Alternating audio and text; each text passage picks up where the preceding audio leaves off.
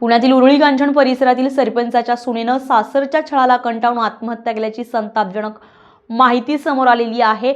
उरुळी कांचन येथील सोरतापवाडीमधील दीप्ती मगर चौधरी या विवाहित महिलेनं आत्महत्या केलेली आहे। हुंडा आणि मुलासाठी सासरच्यांकडून दीप्तीचा शारीरिक आणि मानसिक छळ सुरू होता आणि या छळाला कंटाळून दीप्तीनं आपल्या 3 वर्षाच्या चिमुरडी समोर गळफास घेतलेला आहे आणि या घटनेमुळे संपूर्ण परिसरात हळहळ व्यक्त करण्यात येते।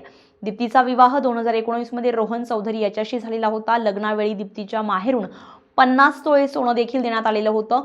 संसार सुखाचा व्हावा यासाठी माहेरच्यांनी 10 लाख रुपये रोख आणि गाडी घेण्यासाठी 25 लाख रुपये देखील दिलेले होते। मात्र इतकी संपत्ती देऊनही सासरच्यांची भूक शमली नाही।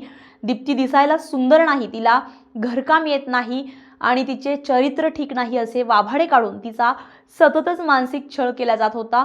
मृत दीप्तीच्या आईनं पोलिसांना दिलेल्या तक्रारीनुसार दीप्तीला पहिली मुलगी असल्यामुळे सासरच्यांना वंशाचा दिवा हवा होता। नोव्हेंबर 2025 मध्ये दीप्ती 5 महिन्यांची गरोदर असताना तिच्या पतीसह सासू सासऱ्यांनी तिची जबरदस्तीने गर्भलिंग तपासणी देखील केलेली होती।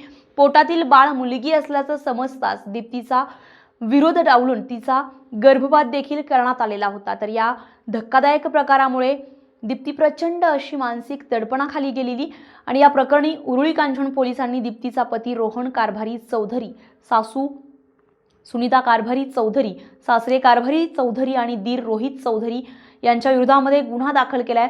विशेष म्हणजे दीप्तीची सासू सुनीता चौधरी या सोरतापवाडीच्या विद्यमान सरपंच आहेत, तर सासरे पेशानं शिक्षक आहेत।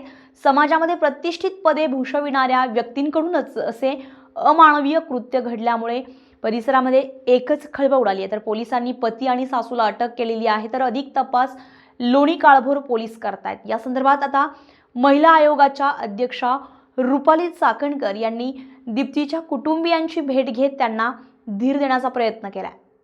Bhupali Mohite, star Maharashtra news, Pune. नवनवीन घडामोडी पाहण्यासाठी स्टार महाराष्ट्र न्यूजला सबस्क्राइब करा आणि ताज्या बातम्यांचे अपडेट मिळवण्यासाठी बेल आयकॉनला प्रेस करा आणि परिपूर्ण बातमीबरोबर रहा, इतरांपेक्षा एक पाऊल पुढे।